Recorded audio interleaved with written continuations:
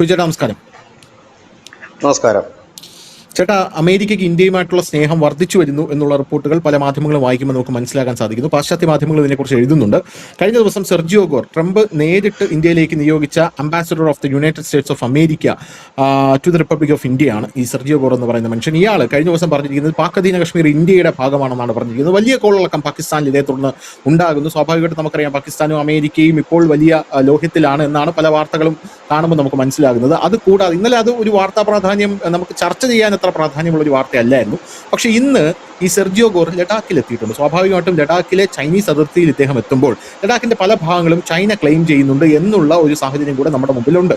അപ്പൊ നിലവിൽ അമേരിക്കയെ ഇന്ത്യ ഇങ്ങനെ സപ്പോർട്ട് ചെയ്യുന്നത് ചൈനയ്ക്കും കഴിഞ്ഞ ദിവസം പാകിസ്ഥാനും കിട്ടിയ രണ്ട് രാജ്യങ്ങൾക്കും, നമ്മുടെ രണ്ട് ശത്രു രാജ്യങ്ങൾക്ക് കിട്ടിയ ഒരു വലിയ അടിയാണ്. എന്താണ് അമേരിക്ക ഇതിൽ നിന്നും ലക്ഷ്യം വെക്കുന്നത്? ഇന്ത്യ എന്താണ് മനസ്സിലാക്കേണ്ടത്? ഇന്ത്യ അമേരിക്കയും തമ്മിൽ എന്തെങ്കിലും സംയുക്തമായ നീക്കം അന്തർധാരയിൽ നടക്കുന്നുണ്ടോ? ചൈന ജാഗ്രത പുലർത്തുന്നത് എന്തുകൊണ്ട്? ഇപ്പോഴത്തേത് ഒരു ഇന്ത്യയുടെ വലിയ നയതന്ത്ര നീക്കം എന്ന് തന്നെ പറയാം, വലിയ വിജയം എന്ന് തന്നെ പറയാം. പക്ഷെ ഇതിനകത്ത് ഈ സെർജിയോ ഗോർ എന്ന് പറയുന്നത് ട്രംപിന്റെ വലങ്കൈയാണ്. ട്രംപ് നേരിട്ട് നിയമിച്ച ആളാണ്. അത് നിയമിക്കുന്നത് എന്തിനാണെന്ന് ചോദിച്ചു കഴിഞ്ഞാൽ ഇന്ത്യ അമേരിക്ക ബന്ധം ഊഷ്മളമാക്കുവാനും വ്യാപാര കരാറ് ഒന്ന് സ്മൂത്ത് ആക്കുവാനും വേണ്ടിയിട്ടാണ് അദ്ദേഹത്തെ ഇവിടെ അപ്പോയിന്റ് ചെയ്യുന്നത്. അതിനുശേഷം അദ്ദേഹത്തിന്റെ ഭാഗത്തുനിന്ന് വളരെ നല്ല പെരുമാറ്റങ്ങളൊക്കെയാണ് ഉണ്ടായിട്ടുള്ളത്. സാധാരണ ഇങ്ങനെയുള്ളതൊക്കെ വരുമ്പോൾ ചില കാര്യങ്ങൾക്കൊക്കെ ഇവിടെ നിന്ന് പ്രസ്താവനകളൊക്കെ നടത്താറുണ്ട്. അങ്ങനൊന്നും അലമ്പ് പണികളൊന്നും അദ്ദേഹം ഇതുവരെ കാണിച്ചിട്ടില്ല. ഏതായാലും അദ്ദേഹം ഇവിടെ എത്തുന്നു. അപ്പൊ അദ്ദേഹം ട്രംപിന്റെ പ്രതിനിധി എന്ന് നമുക്ക് പറയാൻ കഴിയുന്ന, അല്ലെങ്കിൽ അമേരിക്കയുടെ ഒരു ഡയറക്റ്റ് പ്രതിനിധി എന്ന് നമുക്ക് പറയാൻ കഴിയുന്ന തരത്തിലേക്കാണ് അദ്ദേഹം. അതാണ് അദ്ദേഹത്തിന്റെ ഒരു പൊസിഷന്റെ കാര്യമാണ് ഞാൻ പറഞ്ഞത്. അപ്പോൾ ഇക്കാലം അത്രയും അമേരിക്കയും യൂറോപ്യൻ യൂണിയനും അടക്കം എല്ലാ രാജ്യങ്ങളും ഒളിഞ്ഞും തെളിഞ്ഞും പറഞ്ഞിരുന്നത് കാശ്മീർ പാകിസ്ഥാന്റെയാണ്, പാകിസ്ഥാൻ പറയുന്നതിൽ കാര്യമുണ്ട് എന്ന് പറഞ്ഞ് പാകിസ്ഥാനെ പിന്തുണച്ചുകൊണ്ടിരുന്ന ഒരു പ്രധാനപ്പെട്ട ശക്തി ഇപ്പോൾ കാശ്മീരിലേക്ക് എത്തുന്നു. അവിടെ വെച്ച് അദ്ദേഹം നടത്തുന്ന ഒരു പ്രസ്താവന കാശ്മീർ ഇന്ത്യയുടെ അവിഭാജ്യ ഘടകമാണ് എന്ന് പറയുന്നു. ഇതിനുശേഷം പാകിസ്ഥാൻ അമേരിക്കയുടെ ഹൈ കമ്മീഷനെ വിളിച്ചു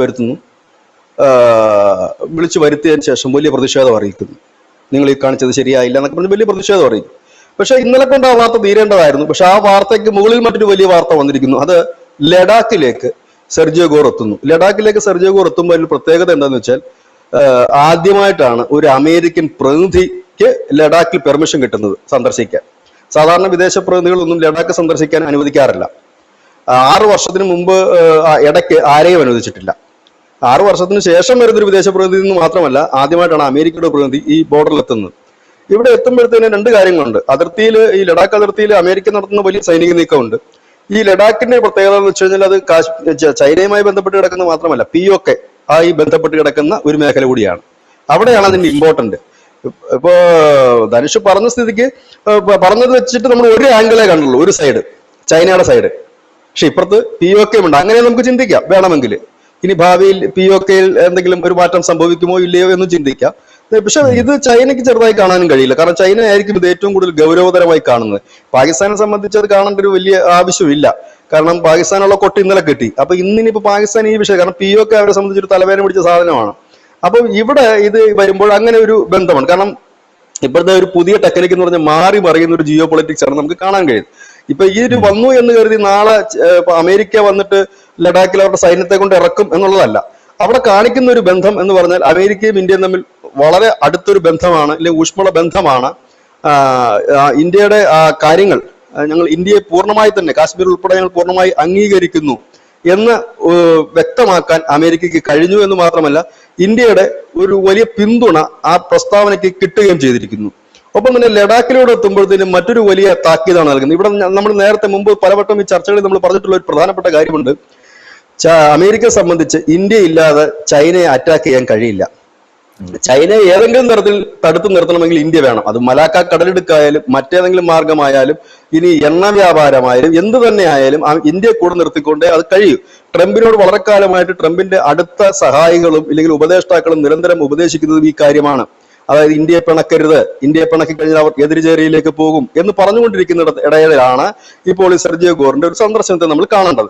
അതായത് ശരിക്കും പറഞ്ഞാൽ ഇന്ത്യ നടത്തുന്ന ഒരു നീക്കം അമേരിക്ക സഹായത്തിന് വിളിക്കുമെന്നല്ല, വേണമെങ്കിൽ ചൈനയ്ക്ക് പരോക്ഷമായി കൊടുക്കുന്ന ഒരു മുന്നറിയിപ്പായിട്ടും വേണമെങ്കിൽ കരുതാം.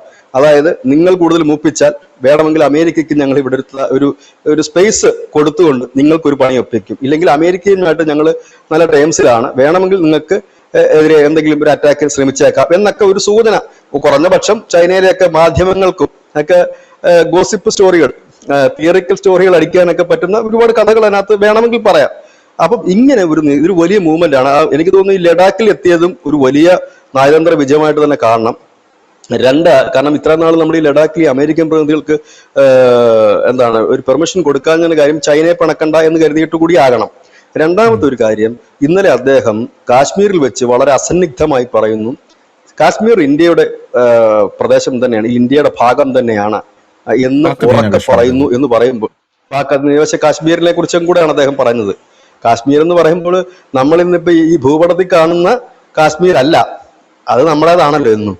അതിനപ്പുറത്തേക്ക് നമ്മുടെ തലക്കെട്ടിന്റെ ഒരു ഭാഗം POK ആണ്. അതും കൂടെ ചേർത്തുകൊണ്ടാണ് അദ്ദേഹം പറഞ്ഞത് കാശ്മീർ ഇന്ത്യയുടെ അവിഭാജ്യ ഘടകമാണെന്ന് പറയുമ്പോൾ ഈ പാകിസ്ഥാൻ ഇത്രയും നാൾ പറഞ്ഞുകൊണ്ട് പാകിസ്ഥാൻ ഈ കാശ്മീർ എന്ന് പറയുമ്പോഴത്തേനും പലരുടെയും ധാരണ POK കഴിഞ്ഞിട്ടുള്ള ഭാഗമാണെന്ന്. അല്ല, അവര് കാശ്മീർ എന്ന് പറയുന്നത് ഗിൽജിത്തും ബാൾട്ടിസ്ഥാനും ഒക്കെ അടങ്ങുന്ന, നീൽ നദി അടങ്ങുന്ന, ആ POK അടങ്ങുന്ന ഫുൾ കാശ്മീരിനെ കുറിച്ചാണ് ഈ പാകിസ്ഥാനും തുർക്കിയും മലേഷ്യയും ഒക്കെ ഇടയ്ക്കിടയ്ക്ക് പ്രസ്താവന നടക്കുന്ന കാശ്മീർ ഫുൾ അതാണ്. ഇപ്പോൾ അതിനെക്കുറിച്ച് ക്ലിയർ ആക്കി കഴിഞ്ഞില്ലേ? അതായത് പറഞ്ഞു വെച്ചത് ഇത്രയേ ഉള്ളൂ, POK നിങ്ങളുടേതാണ് എന്നാണ് അമേരിക്ക ക്ലിയർ ആയിട്ട് പറഞ്ഞ് പാകിസ്ഥാന് കൊടുത്തിരിക്കുന്നത്. അതുകൊണ്ടാണ് പാകിസ്ഥാൻ ഇത്ര കട്ടക്കലിപ്പിൽ വന്നിട്ട്, അതല്ല കാശ്മീരിന്റെ കാര്യത്തിലല്ല, POK നിലനിർത്താൻ പറ്റാത്ത അവന്മാര് നമ്മുടെ കാശ്മീർ എടുത്തുകൊണ്ടുപോയിട്ട് എന്ത് ചെയ്യാൻ? അപ്പൊ അവർക്കതാണ് ചൊടിച്ചത് കൂടുതലും. അതിൽ വളരെ ക്ലിയർ ആയിട്ട് പറഞ്ഞു. ഇപ്പൊ സ്റ്റാൻഡ് വളരെ ക്ലിയർ ആണ്. അവിടെ ഇന്ത്യ ചെയ്ത മറ്റൊരു നീക്കമാണ് ലഡാക്കിൽ സെർജിയോ ഗോർ എത്തുന്നു. അതായത് ചൈന പരോക്ഷമായി പാകിസ്ഥാനെ സപ്പോർട്ട് ചെയ്യുന്ന രാജ്യമാണ്. POK അടക്കം ചൈനയുടെ സപ്പോർട്ട് പാകിസ്ഥാനെ കിട്ടുകയുള്ളൂ. അവിടെ ഒരു ചെക്ക് വെപ്പിക്കാനും ഇന്ത്യക്ക് കഴിഞ്ഞു. മികച്ച നീക്കം എന്ന് തന്നെ നമുക്ക് പറയാം, ഒരു നല്ല നയതന്ത്ര നീക്കം എന്ന് നമുക്ക് പറയാൻ കഴിയും. ഏതായാലും നരേന്ദ്രമോദിയുടെ നയതന്ത്ര നീക്കങ്ങൾക്ക് എനിക്ക് തോന്നുന്നു ഒരുപക്ഷെ ഇന്ത്യയുടെ ചരിത്രത്തിൽ തന്നെ ആദ്യമായിട്ടായിരിക്കണം ഒരു അമേരിക്കൻ പ്രതിനിധി കാശ്മീർ വിഷയം അത് ഇന്ത്യയുടെ ആഭ്യന്തര വിഷയമാണെന്നും കാശ്മീർ ഇന്ത്യയുടെ സ്വന്തമാണെന്നും പറയുന്നത് ആദ്യമാണ്. ലഡാക്കിൽ ആദ്യമായിട്ടാണ് ഒരു അമേരിക്കൻ പ്രതിനിധി എത്തുന്നത്.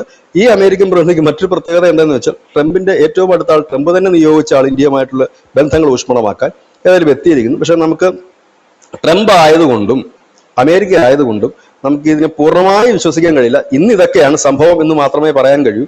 നാളെ ഇതൊക്കെ മറിയുമോ എന്നറിയില്ല. ഇനി ചിലപ്പോൾ നാളെ POKയുമായിട്ടൊരു ഇഷ്യൂ ഉണ്ടായി കഴിയുമ്പോൾ ട്രംപ് എന്ത് കളി കളിക്കുമെന്ന് അറിയില്ല. ഒരുപക്ഷെ അവിടെ ഇന്ത്യ വ്യാപാര കരാർ എടുത്തു വെച്ചിട്ട് ട്രംപുമായി വിലപേശാൻ ഈ ഒരു പ്രസ്താവന ഉപയോഗപ്പെടുത്താനും മതി. അതായത് POKയുമായിട്ടൊരു ഇഷ്യൂ ഉണ്ടാകുകയാണെങ്കിലോ പാകിസ്ഥാനായിട്ടൊരു ഇഷ്യൂ ഉണ്ടാകുകയാണെങ്കിലോ ട്രംപിനെ സംബന്ധിച്ച് ഇപ്പോൾ ബിസിനസ് കൂടിയേ കഴിയൂ. ഇന്ന് കേട്ട മറ്റൊരു വാർത്ത, $40 ട്രില്യൺ കഴിഞ്ഞിരിക്കുന്നു അമേരിക്കയുടെ കടം. അതുകൊണ്ട് എല്ലാവരിൽ നിന്നും ഇച്ചിരി ടാക്സ് കൂട്ടിപ്പിടിക്കാൻ ട്രംപ് തീരുമാനിച്ചതായിട്ടാണ് ഇപ്പോൾ പുറത്തു വരുന്ന മറ്റൊരു വിവരം. ആ സാഹചര്യത്തിൽ അദ്ദേഹത്തിന് ബിസിനസ് കൂട്ടിയേ പറ്റൂ, വരുമാനം കൂട്ടിയേ പറ്റൂ. അങ്ങനെയും കൂടെ കാര്യങ്ങൾ നിൽക്കുന്നു. അതുകൊണ്ടായിരിക്കണം ഒരുപക്ഷെ ഈ സ്വരത്തിലൊക്കെ ഒരു മയപ്പെടൽ നമ്മൾ കാണുന്നു.